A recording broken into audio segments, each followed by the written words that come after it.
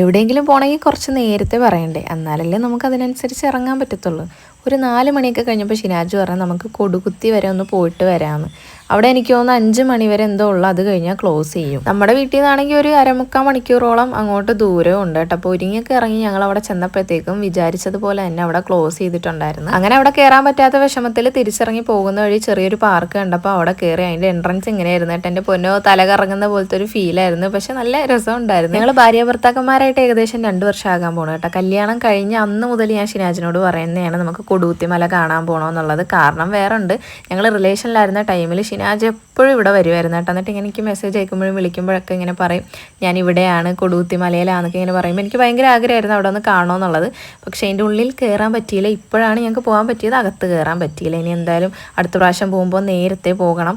അങ്ങനെ തിരിച്ച് നമ്മൾ നേരെ പെരിന്തൽമണ്ണ അങ്ങോട്ടാണ് കേട്ടോ വന്നത്. ഫുഡ് കോർട്ടിൽ വന്ന് എന്തെങ്കിലും ലേറ്റ് ആയിട്ട് കഴിക്കാമെന്നും പറഞ്ഞ്. ഷിനാജിന് പിന്നെ വല്ലപ്പോഴും കയറുന്നൊരു പ്രാന്താണ് ഹെൽത്തി ആയിട്ട് കഴിക്കണം കുടിക്കണമെന്നുള്ളത്. അങ്ങനെ തോന്നിയിട്ട് ആൾ ക്യാരറ്റും ബീട്രൂട്ടും കൂടെ മിക്സ് ചെയ്തിട്ടുള്ള ജ്യൂസാണ് കേട്ടോ കുടിച്ചത്. ഇതിൻ്റെ ഉള്ളിൽ ഇങ്ങനെ കുഞ്ഞു കുഞ്ഞു ഷോപ്പുകളുണ്ടല്ലോ. അപ്പോൾ ഒരു ഷോപ്പിൽ ഇങ്ങനെ ബബിൾ ടീ ന്യൂ ലോഞ്ച് എന്ന് പറഞ്ഞ് എഴുതി വെച്ച് കണ്ണും പൂട്ടിയത് അങ്ങ് ഓർഡർ ചെയ്ത്. പിന്നെ കുറച്ച് നഗ്ഗറ്റ്സും. അവിടെ നിന്ന് ഇറങ്ങി നേരെ എൻ്റെ ഒരു ഫ്രണ്ടിനെ കാണാൻ വേണ്ടിയിട്ടാണ് കേട്ടോ വന്നത്. ഞാൻ പോയി ഒളിഞ്ഞു നോക്കിയത് അവളെയാണ്. എൻ്റെ നാട്ടുകാരിയാണ്, അതായത് ആലപ്പുഴ. അവൾ ഇവിടെ പെരിന്തൽമണ്ണ ഒരു ഹോസ്പിറ്റലിൽ ജോയിൻ ചെയ്തിട്ടുണ്ട്. ഒരു 1 വീക്ക് ആയിട്ടോ ഇവൾ ജോയിൻ ചെയ്തത്. പക്ഷെ ഞാൻ ഇപ്പോഴാണ് അറിഞ്ഞത്, അവളുടെ ഒരു സ്റ്റാറ്റസിലൂടെയാണ് അവൾ ഇവിടെ ഉണ്ടെന്ന് അറിഞ്ഞത്. അവൾക്കും അറിയത്തില്ലായിരുന്നു ഞാൻ ഇതിൻ്റെ അടുത്താണ് ഷിനാജിൻ്റെ വീടെന്നൊന്നും. എന്തായാലും 3-4 വർഷത്തിന് ശേഷമാണ് ഞങ്ങൾ കാണുന്നത്. ഭയങ്കര സന്തോഷമായി. അങ്ങനെ നമ്മൾ തിരിച്ചു വരുന്ന വഴി വീട്ടിലേക്ക് സാധനങ്ങൾ വാങ്ങിക്കാൻ വേണ്ടിയിട്ട് ഒരു സൂപ്പർ മാർക്കറ്റിൽ കയറി.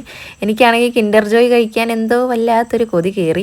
ഷിനാജാണെങ്കിൽ അവിടെ ഇങ്ങനെ നോക്കിക്കൊണ്ട് നിൽക്കുകയാണ്. ഞാൻ അത് ഒരെണ്ണം എടുക്കട്ടെ എന്ന് പറഞ്ഞ് ചോദിക്കപ്പോൾ വേണ്ട അതും പറഞ്ഞ് എന്നെ വാ പോകാമെന്ന് പറഞ്ഞ് വിളിച്ചോണ്ടിരിക്കുക കേട്ടോ. എന്തൊക്കെ ചെയ്താലും ഞാൻ അവിടെ നനങ്ങുന്നില്ല എന്ന് കണ്ടപ്പോൾ ആൾ തന്നെ വന്നതേ ഒരെണ്ണം എടുത്ത് നമ്മുടെ ട്രോളിയിലേക്ക് ഇട്ട്. അങ്ങനെ നമുക്ക് വേണ്ട ഓൾമോസ്റ്റ് എല്ലാ സാധനങ്ങളും വാങ്ങിച്ചത്. ബില്ലടിക്കാൻ വേണ്ടിയിട്ട് നിന്നപ്പോഴാണ് ഇവിടെ കുറച്ച് ബുക്കുകൾ ഇരിക്കുന്നത് കണ്ടത്. ഈ ഒരു ബുക്ക് എനിക്ക് ഭയങ്കര വെറൈറ്റി ആയിട്ട് തോന്നിയിട്ട് എൻ്റെ പേര് കണ്ടപ്പോഴത്തേക്കും അപ്പോൾ ഞാൻ ഷിനാജിനോട് പറഞ്ഞു ഇത് നമുക്ക് വാങ്ങിച്ചാലോ. അപ്പോൾ ഒരു പുച്ഛഭാവത്തോടെ എന്നെ നോക്കിയിട്ട് പറഞ്ഞ് ഒരു പേപ്പർ കഷ്ണം പോലും കിട്ടിയാൽ വായിക്കാത്ത നീയൊക്കെ ഇത് വാങ്ങിച്ചിട്ട് എന്തിനാന്ന് പറഞ്ഞ് അതേപോലെ അതവിടെ വാങ്ങിച്ച് വെച്ച്.